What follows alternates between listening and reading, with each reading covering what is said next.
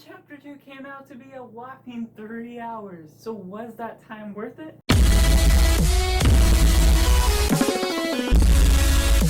Hello everyone, I hope you're having a wonderful day. I'm Josh, this is Simply Cinema, and today we're going to be reviewing It Chapter 2, but before we get into that, make sure to comment down below, what did you think of this movie?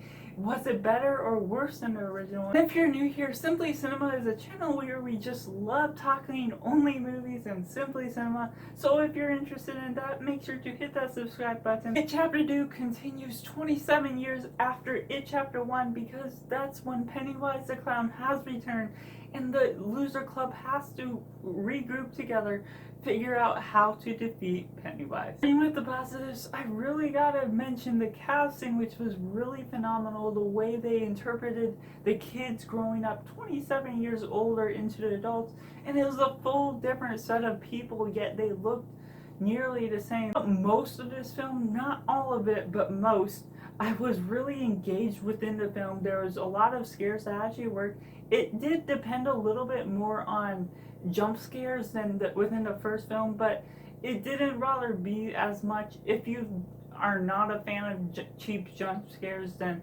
it could not be a movie for you, but I was still mildly entertained and really engaged within the direction they took from the beginning to the end. Well, it wasn't consistently throughout the whole film engaging, but it was engaging at the beginning, some parts within the middle and throughout, and then at the end it just flowed really well with most of the direction it took. Of course, we have to talk about Pennywise the Clown, which did a phenomenal job. The effects they were able to do on him were just so good, and this film just has an advantage over the original It TV series because it just has so much more added effects. It looks more realistic, and the ability to add all the other weird and strange scary things added into the mix besides Pennywise were just really well done.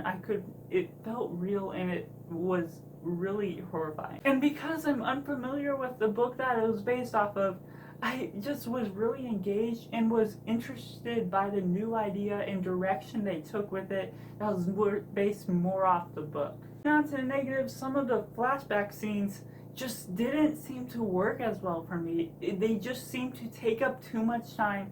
They felt like deleted scenes from the first movie, and though they were sort of intriguing and you could really feel what was going on with it, it felt like it took away from the film to go back in time to It Chapter 1 basically and explore ideas that we didn't get to see in the first movie. And it just felt somewhat off because we're getting to see the kids now as adults, but then suddenly it has to explore some areas we didn't see in the first film when they were as kids. Some of those flashback scenes did sort of work for me. They weren't completely distracting from the story, especially when they were pretty short and not taking up a lot of the screen time. And so it was pretty good. And also with some of the added scenes that weren't in the original TV show, it didn't feel too distracting, and I felt the time was spent worthwhile. The few that did not work as well just really brought me to boredom, as I couldn't really bring attention to what was going on, and the way they executed did not flow the best from going from the adult to the kids and back, and just the way you had to hold on to all that different information was just a little distracting. But that begs the question, was it worth the 3 hours? I'm kind of mixed on the answer because I did appreciate all the direction they took with it, all of the different added scenes, but if they went without the flashback scenes, I feel like I would enjoy it a lot more. I enjoyed the additional scenes for them as adults,